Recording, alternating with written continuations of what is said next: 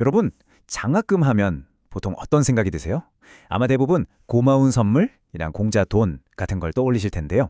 그런데 만약에 그 선물이 오히려 독이 될 수도 있다면 어떨까요? 오늘은 이 장학금에 숨겨진 아주 흥미로운 철학, 그러니까 제대로 주고 제대로 받는 법에 대한 이야기를 좀 해보려고 합니다. 그래서 오늘 바로 이 질문으로 한번 시작해 볼까 합니다. 장학금은 정말 언제나 좋은 선물이기만 할까요? 우리가 너무나 당연하게 생각해왔던 이 믿음에 작은 물음표를 한번 던져보는 거죠. 이런 말이 있잖아요. 좋은 의도가 항상 좋은 결과를 낳는 건 아니라고. 그러니까 선한 마음으로 건넨 도움이 오히려 상대방을 의존적으로 만들고 스스로 일어서려는 의지를 꺾어버릴 수 있다는 거예요. 무조건적인 도움이 때로는 독이 될 수 있다는 아주 강력한 경고죠. 자, 그렇다면 어떻게 해야 할까요? 어떻게 하면 독이 아니라 진짜 약이 되는 그런 도움을 줄 수 있을까요? 여기서 아주 재미있는 원칙이 하나 등장하는데요. 바로 30%의 법칙입니다. 한번 보세요. 모든 걸 다 해결해주는 70%의 과도한 도움은요, 결국 의존성을 키우고 사람을 나약하게 만듭니다. 하지만 반대로 딱 30%만 지원하는 전략적인 도움은 어떨까요? 이건 상대방이 스스로 일어서게 만드는 아주 강력한 자극제가 된다는 거죠. 이게 바로 38-70 법칙의 핵심입니다. 주는 사람은 딱 30%의 발판만 놓아주는 거예요. 그럼 나머지 70%는? 네, 그건 받는 사람이 자신의 노력으로 채워나가도록 이끄는 거죠. 목표는 정상까지 업어다 주는 게 아니라 스스로 걸어 올라갈 힘과 동기를 주는 겁니다. 그러니까 이 30%라는 숫자가 정말 중요한 거예요. 이게 그냥 숫자가 아니라 이 정도 도움을 받았으니 나머지 70%는 내 힘으로 해낼 수 있겠다 하는 그 자신감을 확 불어넣어주는 뭐랄까 부스터 같은 역할을 하는 거죠. 꺼져가는 불씨에 바람을 불어넣어서 활활 타오르게 하는 것처럼요.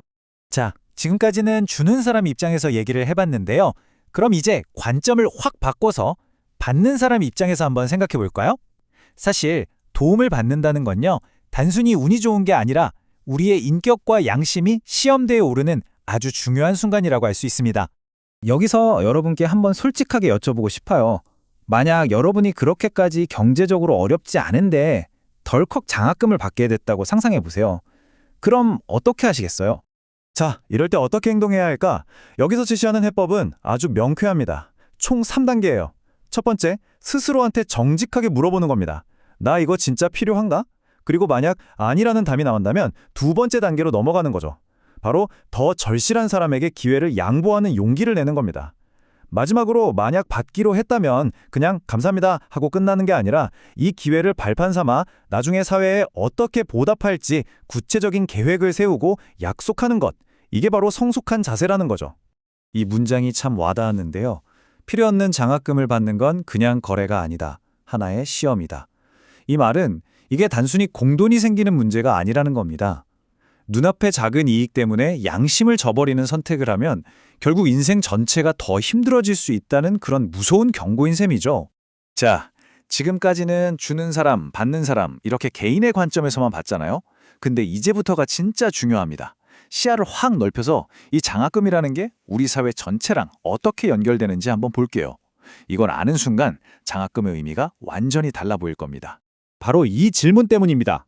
한 명의 지식인을 키워내기 위해서 도대체 얼마나 많은 사람들의 보이지 않는 피와 땀이 들어가는가? 어떠세요? 이 질문 좀 묵직하게 다가오지 않나요?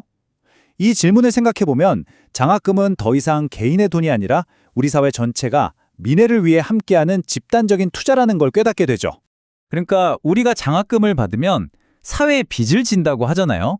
그게 그냥 하는 말이 아니라는 거예요. 그 빚은 누구한테 진 걸까요?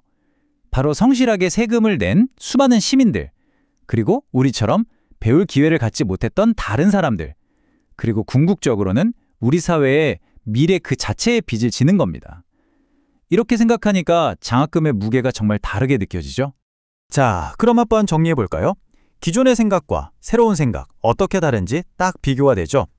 예전에는 장학금을 그냥 개인적인 상금 정도로 생각했다면 이제는 이걸 사회적인 투자로 보는 거예요. 그럼 받는 사람의 역할도 달라지겠죠?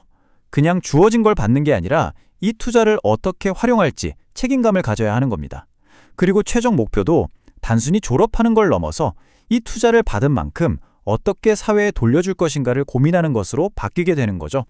결국 이 모든 이야기는 한 곳을 향하고 있습니다. 바로 우리가 함께 만들어가야 할 새로운 장학금 문화, 더 나아가서는 나눔의 문화에 대한 이야기입니다. 우리가 지향해야 할 문화는 바로 이런 겁니다. 주는 사람은 신중하게 책임감을 가지고 돕고요. 그걸 받은 사람은 그 도움을 발판 삼아 성장한 뒤에 다시 사회에 기여하는 이런 아름다운 선순환이 이루어지는 사회 말이에요. 주는 이는 책임감으로, 받는 이는 사명감으로 임하는 그런 건강한 공동체를 꿈꾸는 거죠. 자, 오늘 이야기 딱 3가지의 핵심만 기억하고 가시죠. 첫째, 진짜 도움은 자립을 막는 게 아니라 자립을 돕는 것이어야 한다. 둘째, 받는 사람의 정직한 양심이 주는 사람의 너그러운 만큼이나 중요하다.